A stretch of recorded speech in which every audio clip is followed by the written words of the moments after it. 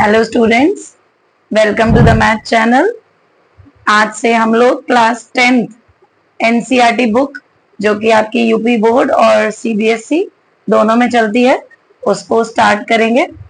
तो हमने ये डिसाइड किया, एनसीईआरटी आपकी जो बुक है इसमें 14 चैप्टर्स हैं। तो जो चैप्टर्स, जो चीजें नई हैं बिल्कुल, वो हम स्टार्ट करेंगे और जिनमें आपको ज्यादा प्रैक्टिस की जरूरत है उसका वीडियो हम पहले स्टार्ट करेंगे। तो पहले जो हम स्टार्ट कर रहे हैं वो आपकी बुक का है 8वां चैप्टर, जो कि है त्रिकोणमिति का परिचय, इंट्रोडक्शन टू ट्रिग्नोमेट्री। तो इसको हम स्टार्ट करेंगे। इसमें बहुत प्रैक्टिस की आपको जरूरत होगी क्योंकि आपके लिए बिल्कुल नया है टॉपिक। और इससे पहले हमने यूपी एनएमएमएस जो कि स्कॉलरशिप का एग्जाम है क्लास 8 में जो होता है उसके वीडियोस बनाए थे मैथ्स के, और आपकी जानकारी में जो भी बच्चे हों उनको आप रेफर कीजिएगा। और अब हम क्लास 10th का शुरू करते हैं, ट्रिग्नोमेट्री।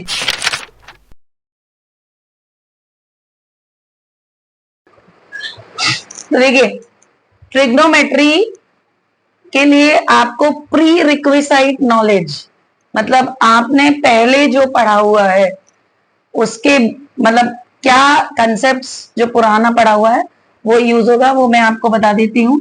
एक तो आपने पाइथागोरस प्रमेय पढ़ी है, पाइथागोरस थ्योरम, जो कि होती है हाइपोटेन्यूज स्क्वायर बराबर perpendicular square plus base square, Hindi में बोलते हैं कर्ण का वर्ग बराबर लंब का वर्ग प्लस आधार का वर्ग। ये आपने पढ़ी हुई है, तो ये हम यूज करेंगे इसमें ट्रिग्नोमेट्री में। मैं आपको दोबारा से रिकॉल करा देती हूँ। पाइथागोरस प्रमेय हमने समकोण त्रिभुज में पढ़ी थी। समकोण त्रिभुज में जो आपका एक एंगल 90 डिग्री का होता है, 90 डिग्री वाला एंगल सबसे बड़ा होगा, ऑब्वियस सी बात है, क्योंकि बाकी के दोनों एंगल का जोड़ 90 डिग्री होगा। तो इसका मतलब जो एबीसी ट्राइंगल है इसमें जो 90 डिग्री का कोण होगा वो ही सबसे बड़ा होगा। तो जो 90 डिग्री का कोण है इसके सामने वाली भुजा सबसे बड़ी होगी हमेशा, तो उसको सबसे बड़ी भुजा को हम कर्ण या हाइपोटेन्यूज बोलते हैं, ठीक है। और 90 डिग्री जिस बिंदु पर, जिस भुजा पर 90 डिग्री बन रहा है वो आधार या बेस कहलाता है, और 90 डिग्री को परपेंडिकुलर या लंब बोलते हैं, ठीक है। तो ये आपको ध्यान में रखना है। बस इसमें थोड़ा सा एक चीज ऐड करना चाहती हूँ जो कि आज मतलब आपकी ट्रिग्नोमेट्री में यूज होगा। जैसे मान लीजिए आपके पास एबीसी एक समकोण त्रिभुज है, अगर कोण सी के सापेक्ष में देखूंगी, कोण सी के सापेक्ष लंब हो जाएगा ए बी,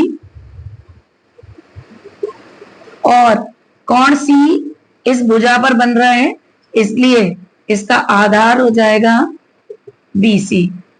वहीं अगर मैं कोण ए के सापेक्ष देखूंगी तो कोण ए के सापेक्ष, ए के सामने ये लंब हो जाएगा, यहां पर लंब बीसी बन जाएगा और आपका आधार ए बी बन जाएगा।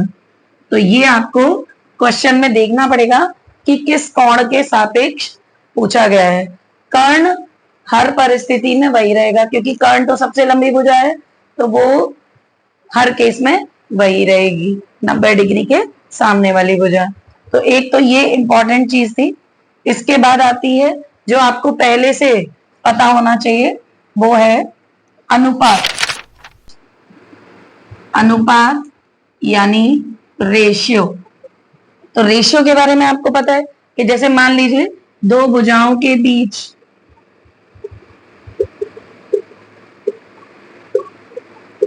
अनुपात 3:4 दिया है, तो आप भुजाओं को क्या मानेंगे? माना मानेंगे कैसे, भुजा 1, भुजा नंबर 1 क्या हो जाएगी 3x, या कोई भी कांस्टेंट नंबर ले लेंगे, और भुजा नंबर 2 आपकी हो जाएगी 4x। ये आपको ध्यान में रखना है। क्यों रखना है, क्योंकि जब हम अनुपात लेते हैं तो उनमें जो कॉमन फैक्टर होता है वो कैंसिल हो जाता है, तो ये जो कॉमन फैक्टर है वो x है, तो ये हमें मानना पड़ेगा। तो कभी जैसे मान लीजिए लंब और आधार का अनुपात दे दिया है, आपको कर्ण निकालना है, तो आपको लंब 3x और कर्ण वो आधार आपको 4x मानना पड़ेगा, तब आपको कर्ण मिलेगा। तो ये जरूरी है। तो ये अनुपात का कंसेप्ट होता है। वैसे भी जब हम अनुपात निकालते हैं तो अनुपात, जैसे मान लीजिए दो संख्याओं का हम अनुपात निकालते हैं, मान लीजिए 4:6, तो ये प्रॉपर अनुपात में नहीं लिखा है। क्यों नहीं लिखा है, क्योंकि इसमें से 2 कॉमन है। ठीक है, तो इसका जो सिंप्लीफाइड फॉर्म है वो ही हम लिखते हैं। तो इन दोनों का HCF था 2, तो उस HCF को हम x मानते हैं। तो ये हम ध्यान रखेंगे, ये हमारी प्री रिक्विसाइट नॉलेज थी जो इसमें यूज होगी। अब आते हैं हम अपने टॉपिक पर। तो आपकी जो ट्रिग्नोमेट्री जो आपकी गणित की शाखा है वो 3 ग्रीक शब्दों से मिलके बनी है। ट्राई का मतलब 3 होता है, गॉन का मतलब भुजा, मीट्रॉन का मतलब माप। तो आपको भुजाओं की माप का अनुपात होता है। तो देखिए जो आपके समकोण त्रिभुज में 3 भुजाएं हैं उनके विभिन्न अनुपातों को अलग अलग नाम दे दिया गया है। तो वो जो अलग अलग नाम दिया गया है उसको आपको याद रखना है, उसी पर पूरा आपकी ट्रिग्नोमेट्री बेस्ड है। अब आप पूछेंगे कि रियल लाइफ में इसका क्या यूज है, तो रियल लाइफ में इसका यही यूज है कि आप, अगर आपको कोण पता है, आप नीचे से कोई बहुत ऊंची चीज, ऊंचा कोई टावर देख रहे हैं और आपको कोण पता है और कुछ एक आध मेजर पता है, आपको ये पता है कि टावर के बेस से आपकी दूरी इतनी है, तो आप टावर की हाइट निकाल सकते हैं। ठीक है, तो इस तरह के प्रश्न है। यदि कोई बच्चा ऊपर से नीचे देख रहा है तो भी आप कितनी दूरी है और ये सब आप निकाल सकते हैं। ठीक है, जैसे जेट प्लेन वाले क्वेश्चन आते हैं, गुब्बारे वाले क्वेश्चंस आते हैं, ये सब आपके रियल लाइफ के क्वेश्चंस हैं, वो आप ट्रिग्नोमेट्री का यूज करके निकाल सकते हैं। तो देखिए ट्रिग्नोमेट्री में आपकी 3 भुजाएं, हाइपोटेन्यूज, परपेंडिकुलर और आपका बेस। ठीक है, तो सबसे पहले जो आपका अनुपात आता है वो आता है साइन। इसे हम शॉर्ट में बोलते हैं साइन। फुल स्पेलिंग इसकी SIN ही है, इसको हम शॉर्ट में SIN बोलते हैं। अगर मैं इस कोण के सापेक्ष देख रही हूं तो इस कोण को अगर मैं थीटा बोलूंगी तो साइन थीटा हो जाता है परपेंडिकुलर बटे हाइपोटेन्यूज, यानी लंब बटे कर्ण। ठीक है, आराम आराम से पढ़ेंगे और आराम आराम से इसको समझेंगे। याद करने का तरीका भी हम बता देंगे आपको। नेक्स्ट होता है कोसाइन, जिसे हिंदी में कोजिया बोलते हैं, इसको हम जिया बोलते हैं। तो देखिए क्या आपको मालूम है जिया शब्द का यूज सबसे पहले किसने किया, आर्यभट्ट ने किया, जिया शब्द यानी साइन का यूज। ठीक है, तो आपको पता होना चाहिए। ऐसे ही कोसाइन है, कोसाइन को हम शॉर्ट में कोजिया बोलते हैं और हिंदी में कोजिया बोलते हैं, और शॉर्ट में इसे कॉस थीटा लिखेंगे। कॉस थीटा आएगा बेस अपॉन हाइपोटेन्यूज, यानी आधार बटे कर्ण। इसके बाद आएगा टेंजेंट। टेंजेंट का शॉर्ट फॉर्म हम लिखते हैं टेन थीटा, जो कि होता है परपेंडिकुलर अपॉन बेस, यानी लंब बटे आधार। तो देखिए ये 3 इंपॉर्टेंट होते हैं।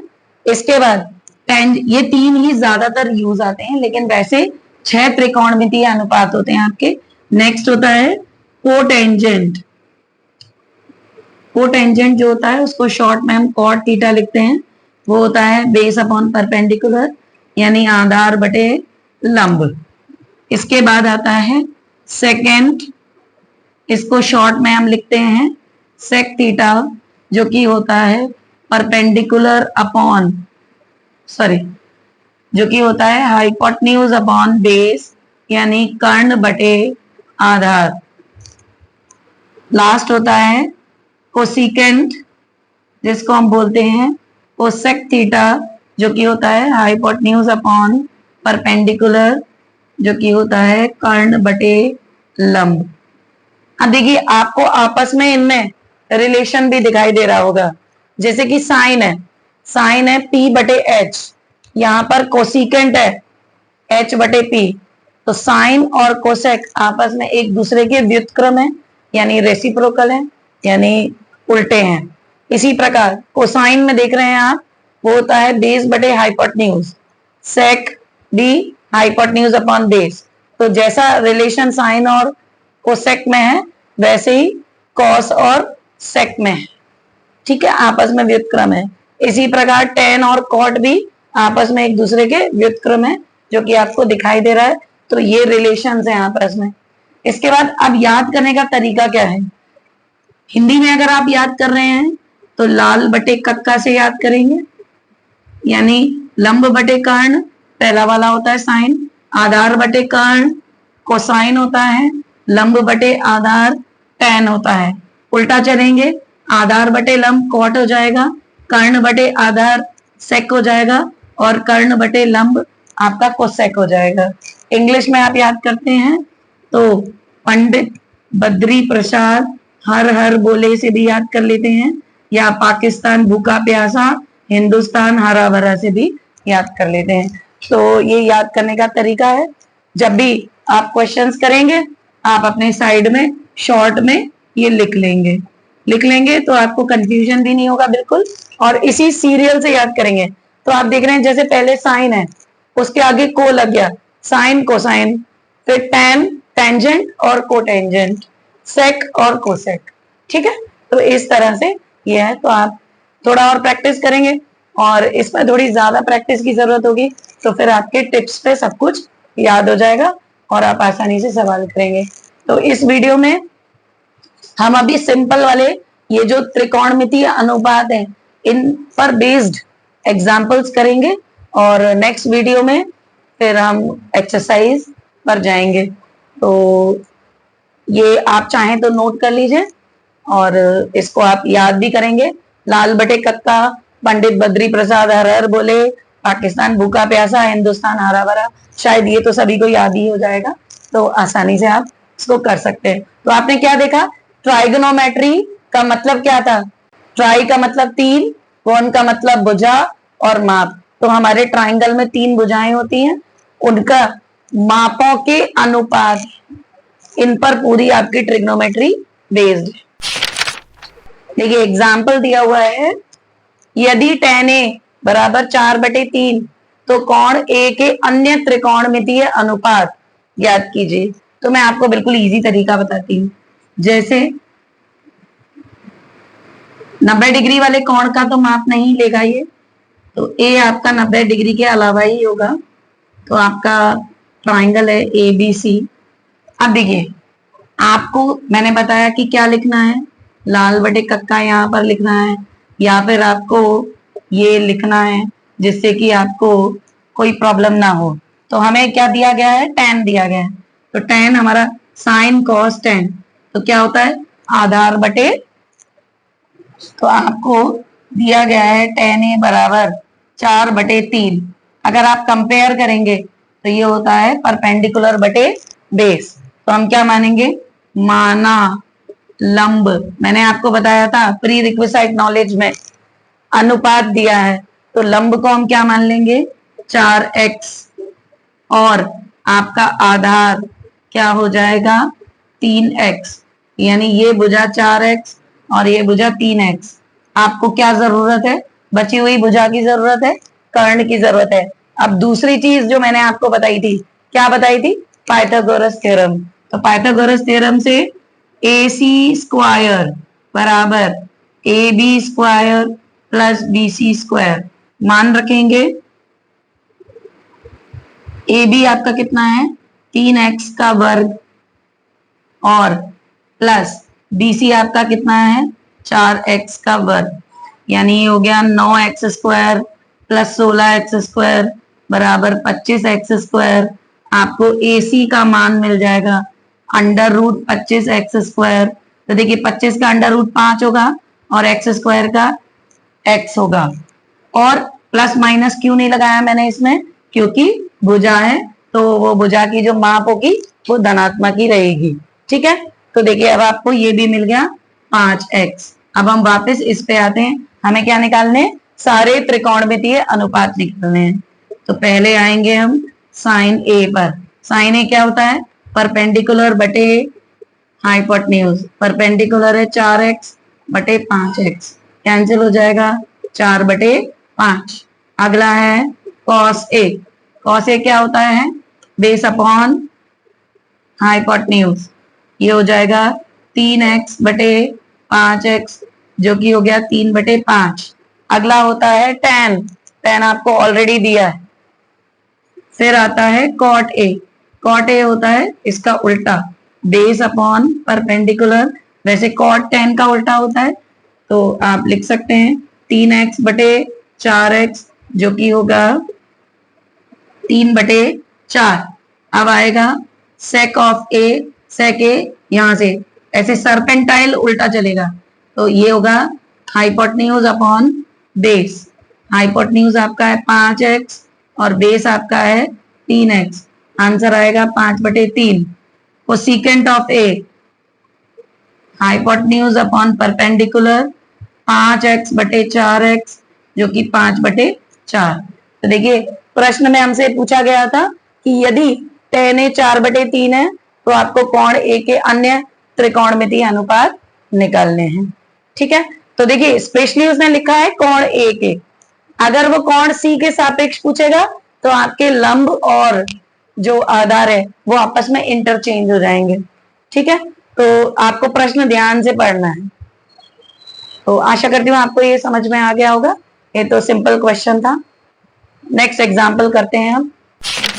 देखिए एग्जाम्पल नंबर 2 जो है इसमें दिया है कि एंगल बी और एंगल क्यू ऐसे न्यून कोण है जिससे कि साइन बी बराबर साइन क्यू आपको दिया गया है। उसमें उसको यूज करके आपको ये सिद्ध करना है कि कोण बी बराबर कोण क्यू। तो हम इसको कैसे सिद्ध करेंगे, हमारे पास दो त्रिभुज हैं, एक है एबीसी और एक है पीक्यूआर। इसमें उन्होंने स्पेसिफाई कर दिया है कि एंगल बी और एंगल क्यू न्यून कोण है, तो इसका मतलब वो 90 डिग्री के कोण तो है नहीं, 90 डिग्री के अलावा जो बचे हुए कोण होते हैं वही है। तो अगर कोण बी के सापेक्ष में यहाँ पर देखती हूँ और यहाँ पर कोण क्यू के सापेक्ष देखती हूँ, तो पहले वाले चित्र से साइन बी का मान क्या आ जाता है, हम क्या करेंगे ये लिखेंगे जब तक हमें अच्छी तरह से याद नहीं होता। परपेंडिकुलर बटे यानी AC बटे AB। इसी प्रकार दूसरे वाले त्रिभुज के हिसाब से साइन क्यू आपका क्या हो जाएगा PR बटे PQ। अब प्रश्न में हमको साइन B बराबर साइन Q दिया है, तो हम साइन B और साइन Q का मान लगा देते हैं।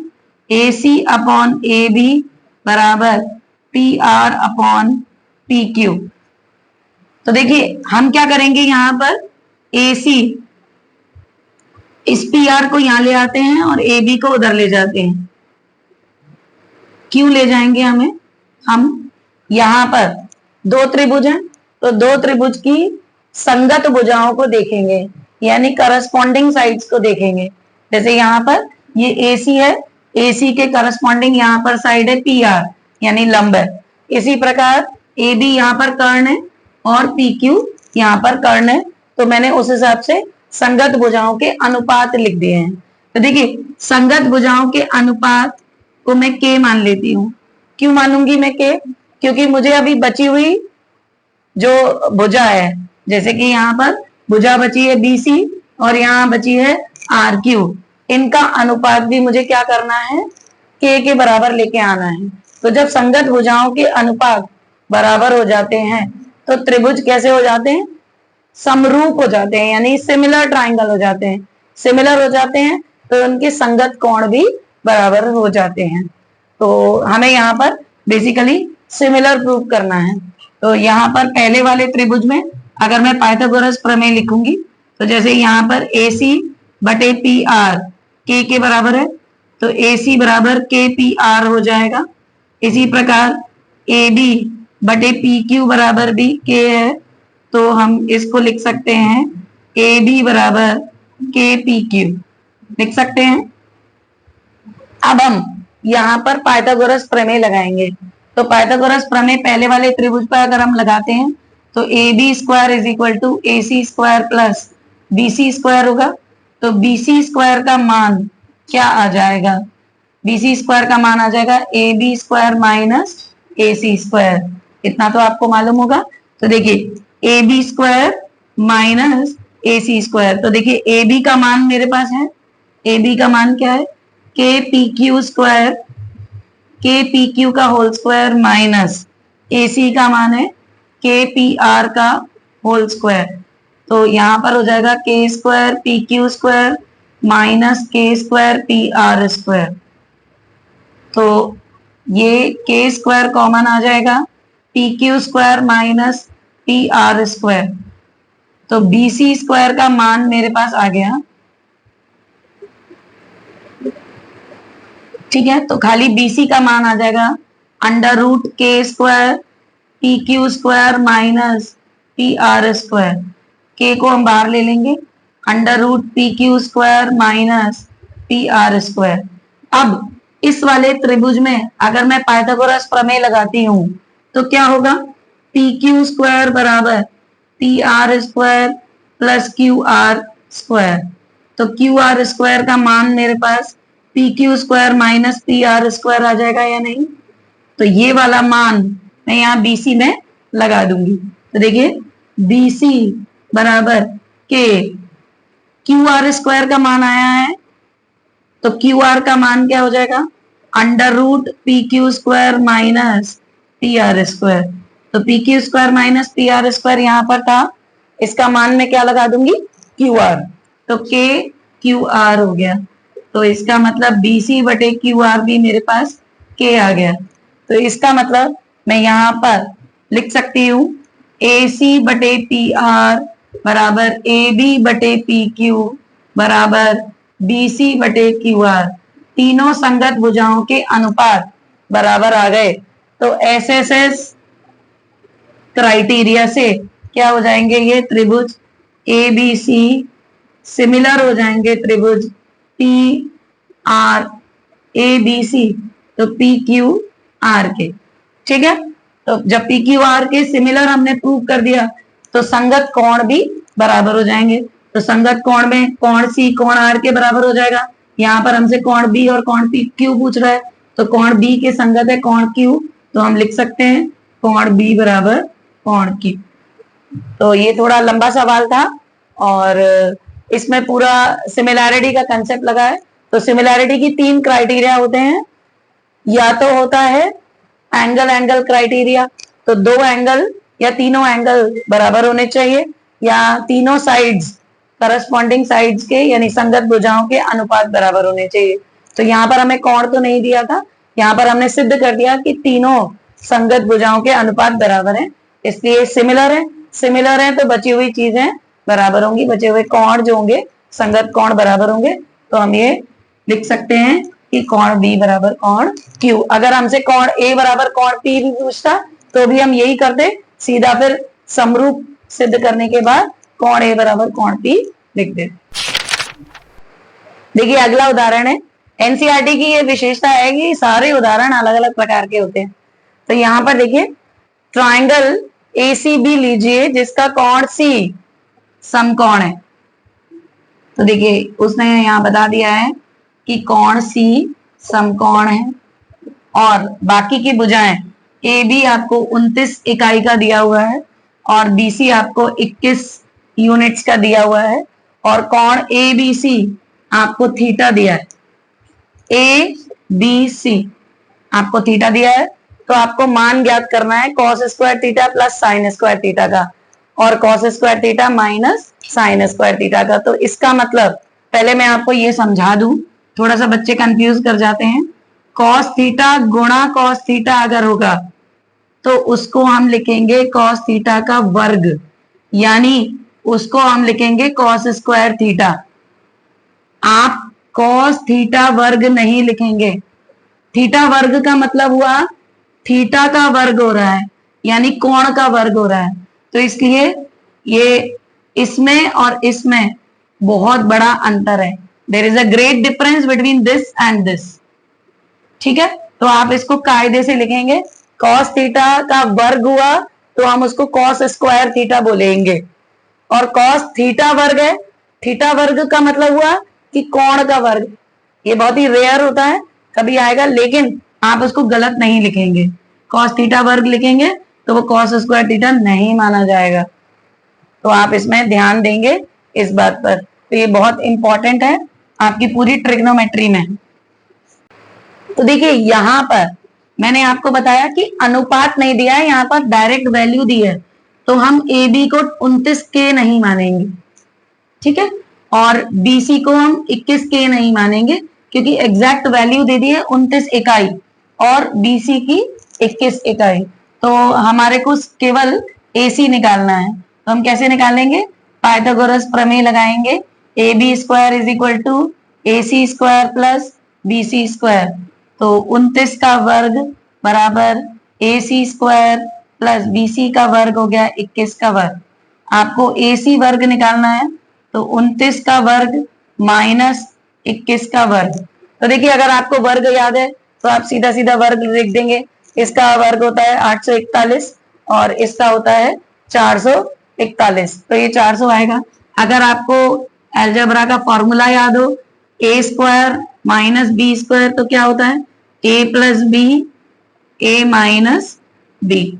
उससे भी हम इसको निकाल सकते हैं।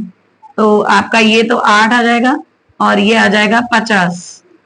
तो ए सी स्क्वायर आपका हो जाएगा 400, तो ए सी होगा अंडर रूट 400, यानी ए सी का मान आ जाएगा 20। तो आपका बचा हुआ ए सी आ गया 20। अब आपको मैंने बताया क्या लिख लेंगे कॉर्नर पर। हमको चाहिए कॉस थीटा और साइन थीटा।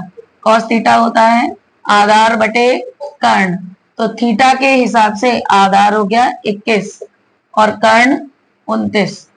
साइन थीटा होता है लंब बटे कर्ण, तो थीटा के हिसाब से लंब हो गया 20 और कर्ण हो गया 29। अब आपको क्या करना है? Cos square theta plus sine square theta निकालना है। तो मैं आपको पहले ही बता चुकी हूँ, कॉस स्क्वायर थीटा का मतलब हुआ कॉस थीटा गुणा कॉस थीटा, यानी 21 बटे 29 का वर्ग प्लस 20 बटे 29 का वर्ग। तो देखिए 21 का वर्ग होगा 441, 29 का वर्ग होगा 841, और ये होगा 400 और ये होगा 841। एलसीएम लेंगे 841, 441 प्लस 400, ये आ जाएगा 841 बटे 841 बराबर 1। तो देखिए ये आपकी आइडेंटिटी भी होती है, सर्वसमीका भी होती है कि थीटा अगर सेम है दोनों में, साइन स्क्वायर थीटा और कॉस स्क्वायर थीटा है, तो उनका योग हमेशा 1 रहेगा किसी भी थीटा एंगल पर। अब इसमें हमको cos square theta minus sine square theta निकालना है। तो देखिए कैलकुलेशन तो आपके पास है ही है, 441 बटे 841 माइनस आ जाएगा, तो आपका cos square theta minus sine square theta आपका हो जाएगा 41 बटे 841। ठीक है, तो क्योंकि माइनस करेंगे, अब 441 माइनस 400 बटे 41 हो जाएगा। तो 441 माइनस 400 क्या हो जाएगा? 41 बटे 841। तो आपके फर्स्ट और सेकंड पार्ट दोनों यहाँ। देखिए अगला एग्जाम्पल है, एक समकोण त्रिभुज एबीसी में जिसका कोण बी समकोण है। तो इसमें ये इंफॉर्मेशन दी गई है कि कोण बी समकोण है। यदि tan A टेंजेंट ऑफ ए का मान 1 है, तो आपको सत्यापित करना है कि 2 sin A cos A का मान 1 होगा। तो देखिए सीधी सी बात है, यहाँ पर tan A का मान आपको 1 दिया है, तो 1 को मैं 1/1 लिख सकती हूँ। अब अगर मैं रेशियो की बात करूं, तो ये हो जाएगा लंब और ये हो जाएगा आधार। तो आपका ए के सापेक्ष लंब हो गया के और आधार भी हो गया के। ठीक है, तो अब आपको क्या निकालना है, ए सी। तो देखिए ध्यान दीजिए, पिछले प्रश्न में आपको डायरेक्ट वैल्यू दी गई थी, इसलिए मैंने के नहीं माना था। यहां पर आपको अनुपात दिया है, पूरी ट्रिग्नोमेट्री इन साइड्स के अनुपात पर ही टिकी हुई है। तो आपका tan ए अनुपात है किसका, लंब और आधार का। तो यहां पर जब भी अनुपात दिया होगा तो हम k या x लगाएंगे। हम ये मान के चलते हैं कि कुछ कॉमन इसमें से कैंसिल हुआ है। ठीक है, तो देखिए AC वर्ग बराबर AB square plus BC square, पूरे में आपकी पाइथागोरस थ्योरम है। AC स्क्वायर बराबर K square plus K square. तो अब यहाँ आप देख रहे हैं कि यहाँ पर इसका आधार और इसका लंब दोनों सेम है, दोनों सेम है मतलब दो भुजाएं बराबर है। तो ये समद्विबाहु त्रिभुज है, समकोण समद्विबाहु त्रिभुज। तो देखिए ये हो गया 2k स्क्वायर, तो आपका AC हो जाएगा √2k स्क्वायर यानी k√2। तो आपके कर्ण का मान आ गया k√2। अब इसकी मदद से आप साइन ए का मान निकाल लेंगे। साइन ए के सापेक्ष परपेंडिकुलर होगा BC और हाइपोटेन्यूज होगा AC यानी k/k√2 यानी आंसर आएगा 1/√2। कॉस ए के हिसाब से आधार होगा AB और कर्ण होगा AC। तो ये भी k/k√2 यानी ये कैंसिल हो गया 1/√2। अब हमें क्या करना है, 2 sin A cos A का मान निकालना है। तो देखिए 2 गुणा 1/√2 गुणा 1/√2 ऐसे मल्टीप्लाई होगा तो 2 गुणा 1 गुणा 1 2 हो जाएगा। तो √2 गुणा √2, √2 गुणा √2 तो 2 होता है, सबको मालूम है। तो 2/2 1 हो गया और ये प्रूव हो गया, सत्यापित हो गया कि 2 sin A cos A 1 के बराबर है। देखिए अगला क्वेश्चन है, ये भी बिल्कुल अलग तरीके का क्वेश्चन है। त्रिभुज OPQ में जिसका कोण P समकोण है, OP 7 सेंटीमीटर आपको दिया गया है और बची हुई साइड OQ और PQ का अंतर दिया गया है 1 सेंटीमीटर। तो आपको साइन Q और कॉस Q का मान ज्ञात करना है। तो देखिए इस प्रश्नावली में, इस एक्सरसाइज में तो आपको इन तीनों भुजाओं के मान भी निकालने हैं। तो अब ये इस प्रश्न में थोड़ा सा घुमा दिया है, थोड़ा सा ट्रिकी कर दिया है इस क्वेश्चन को कि आपको इस OQ भुजा और जो PQ भुजा है इसका अंतर दे दिया है। तो आपका जो मोटिव है वो OQ और PQ को ही निकालना है, क्योंकि आपको OP का मान तो दे रखा है। तो बस हम तो कुछ नहीं जानते, समकोण त्रिभुज में हम क्या जानते हैं, पाइथागोरस थ्योरम लगाते हैं सीधा सीधा। तो जो पाइथागोरस थ्योरम लगाते हैं हमें सीधे सीधे पता चलता जाएगा कि क्या करना है। तो देखिए OQ स्क्वायर 90 डिग्री के सामने वाली भुजा कर्ण होती है, वो सबसे बड़ी है और वो बची हुई भुजाओं के योग के बराबर होगी। तो जिसका मान हमें पता है वो हम लिख सकते हैं OQ square minus PQ square बराबर OP का मान है 7 का वर्ग। अब देखिए OQ square minus PQ square, A square minus B square, अभी हमने पिछले प्रश्न में भी किया था। तो OQ प्लस PQ गुणा OQ माइनस PQ लिख सकते हैं इसको, और 7 का वर्ग आपका हो जाएगा 49। तो देखिए अब सवाल में हमें क्या दिया है, OQ माइनस PQ का मान 1 सेंटीमीटर आपको दिया है। तो मैं क्या OQ माइनस PQ की जगह पे 1 सेंटीमीटर लगा सकती हूँ, लगा सकती हूँ। तो OQ प्लस PQ गुणा 1 बराबर 49 आ जाएगा। तो OQ प्लस PQ बराबर 49, ये एक समीकरण आ गया मेरे पास। और OQ माइनस PQ बराबर 1, ये मेरे पास दूसरा समीकरण ऑलरेडी मौजूद है। तो मैं इन समीकरणों को क्या कर देती हूँ, ऐड कर देती हूँ। ऐड कर देती हूँ तो ये एलिमिनेट हो जाएगा, ये खत्म हो जाएगा PQ। तो ये हो जाएगा डबल ऑफ OQ बराबर 50, OQ बराबर 50/2, 2 का गुणा हो रहा है, इधर जाके भाग हो जाएगा। तो ये आ गया 25। तो आपको ओ क्यू का मान मिल गया 25 सेंटीमीटर। अब आपको क्यू पी का मान निकालना है। आप किसी भी समीकरण में रख सकते हैं। ओ क्यू का मान इसी समीकरण में रख दीजिए। 25 माइनस पी क्यू बराबर 1, तो आपका पी क्यू बराबर आ जाएगा 24 सेंटीमीटर। तो ये आ जाएगा 24 सेंटीमीटर। तो आपको जो चाहिए था वो आपको मिल गया।